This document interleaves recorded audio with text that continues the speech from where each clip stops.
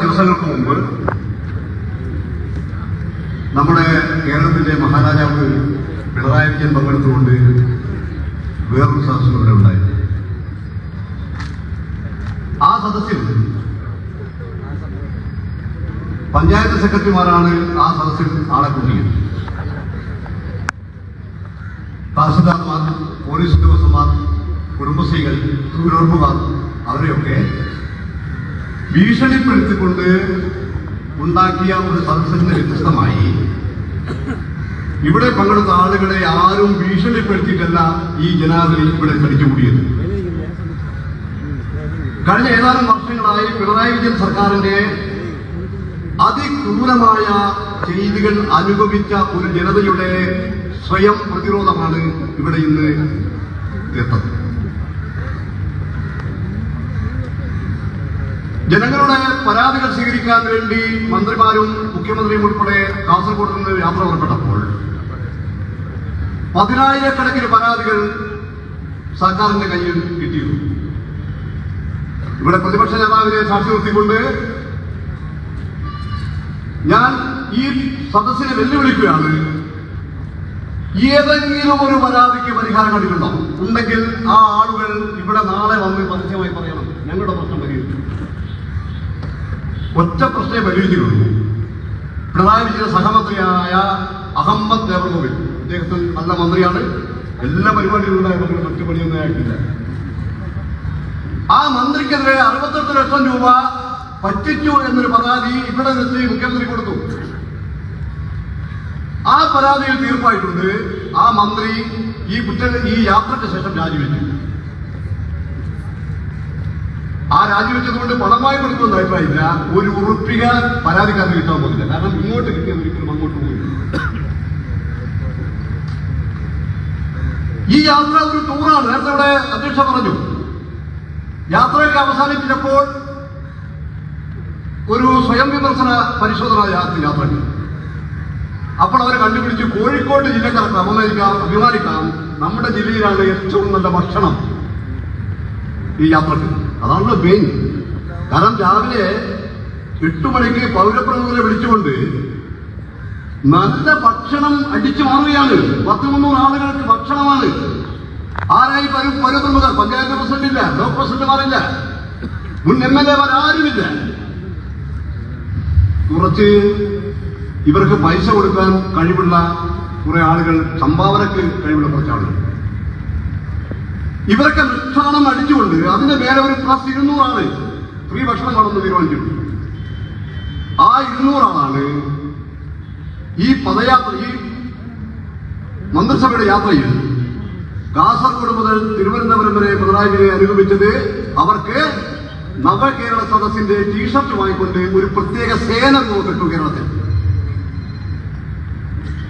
ഈ നവകേരള സദസ്സിന്റെ ഏറ്റവും പ്രധാനപ്പെട്ട ഗുണം, ഒരു പുതിയ സേന രൂപപ്പെട്ടു. കാസർഗോഡ് നിന്ന് 2 യൂത്ത് കോൺഗ്രസ് അടിച്ചപ്പോൾ നമ്മൾ വിചാരിച്ചു അതൊരു കള്ളു കുടിച്ച് തെറ്റിദ്ധരിച്ചുകൊണ്ട് അടിച്ചതാണ്. പക്ഷേ ആ അടി തിരുവനന്തപുരം തുടരുകയാണ്. ഹെൽമറ്റ് ഒരു ആയുധമാണ് എന്ന് ഈ നവകേരള സദസ്സ് കണ്ടുപിടിച്ചു.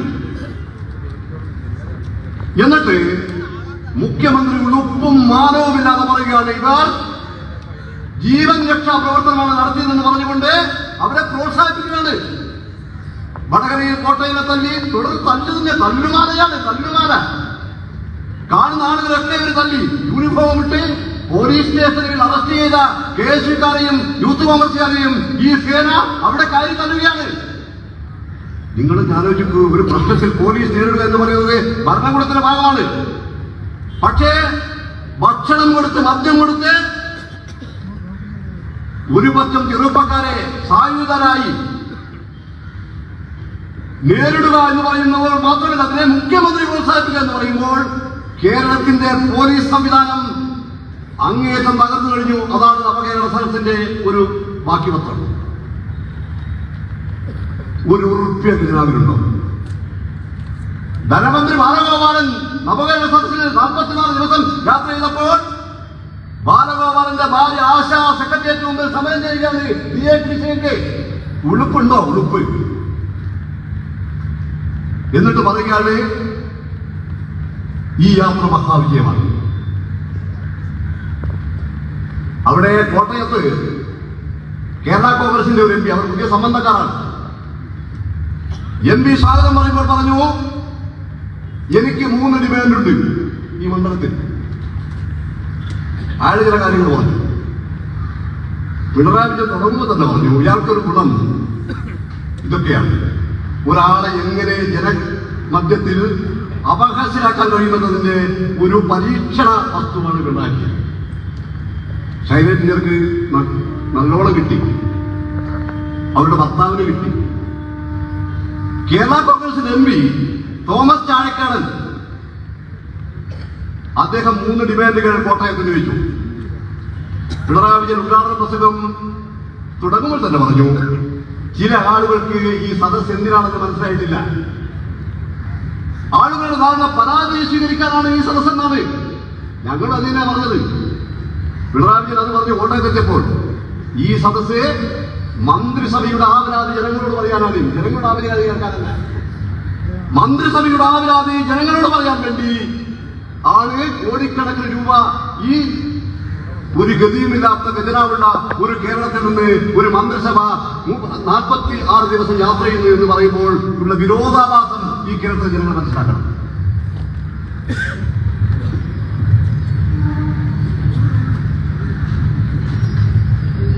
ഒരു നേട്ടവുമില്ല. എന്തിനാണ് ഈ നവകേരള സദസ്സ് നടത്തിയതെന്നതിനെ സംബന്ധിച്ച് CPM-കാർക്ക് ഇപ്പോൾ അഭിപ്രായമില്ല. എല്ലാ തലങ്ങളിലും പരാജയപ്പെട്ട ക്ഷേമ പെൻഷനുകൾ ഇവിടെ പറഞ്ഞു. ആയിരക്കണക്കിന് പേരുടെ ക്ഷേമ പെൻഷനുകൾ തടഞ്ഞു വെച്ചുകൊണ്ട് KSRTCയുടെ പെൻഷൻ പോലും കൊടുക്കാൻ കഴിയാത്ത, ശമ്പളം കൊടുക്കാൻ കഴിയാത്ത, മാവേലി സ്റ്റോറുകളിലും സപ്ലൈകോയിലും അവശ്യ സാധനങ്ങളെല്ലാം ഒന്നുപോലുമില്ലാത്ത ഒരു അന്തരീക്ഷത്തിൽ എന്തിനാണ് ഈ നവകേരള സംസ്ഥ? കോടിക്കണക്കിന് രൂപയുടെ കട കെണിയിൽപ്പെട്ട് കിടക്കുന്ന കേരളം, സർക്കാർ ഉദ്യോഗസ്ഥന്മാർക്ക് ശമ്പളം കൊടുക്കാൻ കഴിയാത്ത ഒരവസ്ഥയിലേക്ക് കേരളത്തിലെ ഖജനാവ് മാറി. ഇവിടെയാണ് സ്റ്റേജിന് വേണ്ടി 85 ലക്ഷം, ഭക്ഷണത്തിന് കോടികൾ. ഇതൊന്നും കൂടാതെ നമ്മുടെ സർക്കാർ സ്കൂളുകളുടെ മാതൃകകൾ ഒളിച്ചു മാറ്റിക്കൊണ്ട് നവകേരള സംസ്കൃതി സംഘടിപ്പിക്കുകയാണ്. കോടതി 6 വട്ടം കോടതി ഇടപെട്ടു. പിഞ്ചു കുട്ടികളെ ഈ സദസ്സിന് വേണ്ടി പിണറായി വിജയൻ സിന്ദാബാദ് വിളിക്കുന്നത് പാടില്ല എന്ന് കോടതി പറഞ്ഞു. സ്കൂൾ ബസ്സുകൾ അനുവദിക്കുന്നത് പാടില്ല എന്ന് ഹൈക്കോടതി പറഞ്ഞു. സ്കൂൾ മതിലുകൾ വിളിക്കുന്നത് പാടില്ല എന്ന് പറഞ്ഞു. പഞ്ചായത്ത് സെക്രട്ടറിമാരുടെ ഇഷ്ടം പഞ്ചായത്ത് ഭരണസമിതിയെ മറികടന്നുകൊണ്ട് പണം സംഭാവന ചെയ്യുന്നത് പാടില്ല എന്ന് കോടതി പറഞ്ഞു.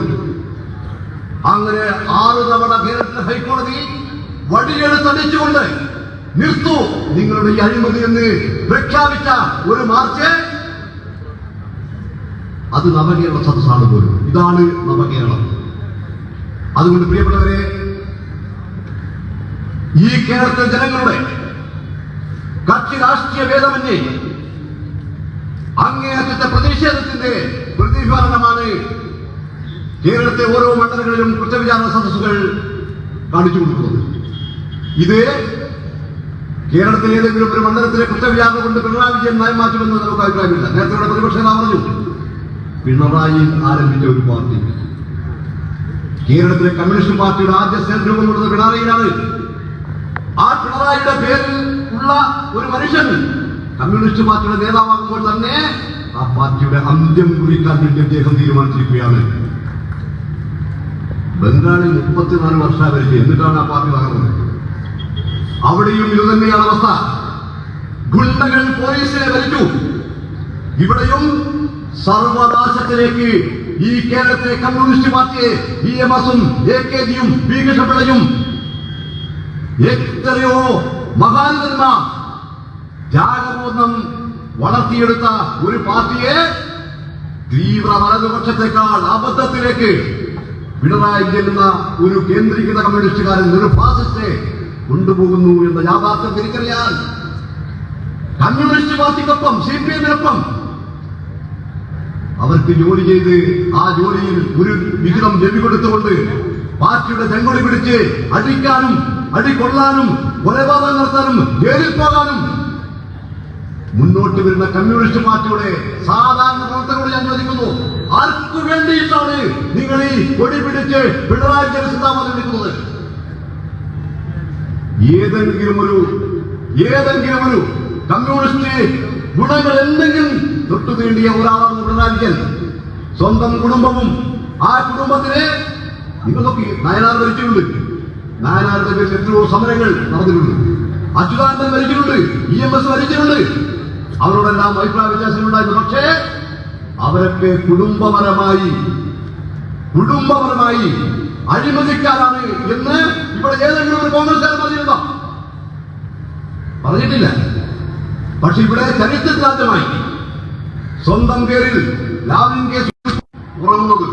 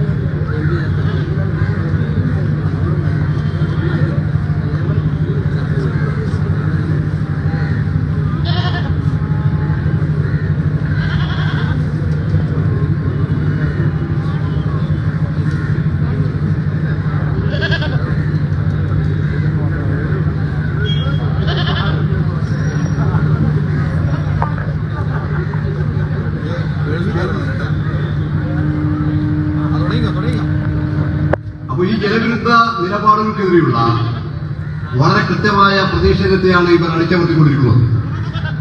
കേരളത്തിന്റെ ചരിത്രത്തിൽ DYFI-യും SFI-യും ഒക്കെ ഒട്ടേറെ തവണ മന്ത്രിമാരെ ഉൾപ്പെടെ തെരുവിൽ തടഞ്ഞിട്ടുണ്ട്. കേരളത്തിലെ മുഖ്യമന്ത്രിയുടെ കണ്ണൂരിൽ നിന്ന് അദ്ദേഹത്തിന്റെ നെറ്റിത്തടത്തിൽ കല്ലുകൊണ്ട് എറിഞ്ഞിട്ടുണ്ട്, പരിക്കപറ്റിയിട്ട് അദ്ദേഹത്തെ. പക്ഷെ അന്നൊന്നും ഇല്ലാത്ത രൂപത്തിൽ കേരളത്തിലെ പ്രതിപക്ഷ നേതാവിനെ ഉൾപ്പെടെയുള്ള വേദിയിലേക്ക് ചേർക്കാഴ്ചയിൽ പെട്ടിച്ചുകൊണ്ട് അദ്ദേഹത്തെ ഉൾപ്പെടെ അപകടപ്പെടുത്താൻ കഴിയുന്ന രൂപത്തിലേക്കുള്ള ആക്രമണങ്ങളാണ് പോലീസിന്റെ ഭാഗത്ത് ഉണ്ടായിക്കൊണ്ടിരിക്കുന്നത്. ഇത് ഈ ജനത ഏറെ കാലം ഓർപ്പിക്കുന്നു. അതിന് കേരളത്തിലെ മണ്ണൊരുങ്ങുകയാണ്. അതിന്റെ തികേടുകൊട്ടാണ് പ്രിയപ്പെട്ടവരെ ഈ കുറ്റ വിചാരണ സദസ്സ് സൂചിപ്പിക്കുന്നത്.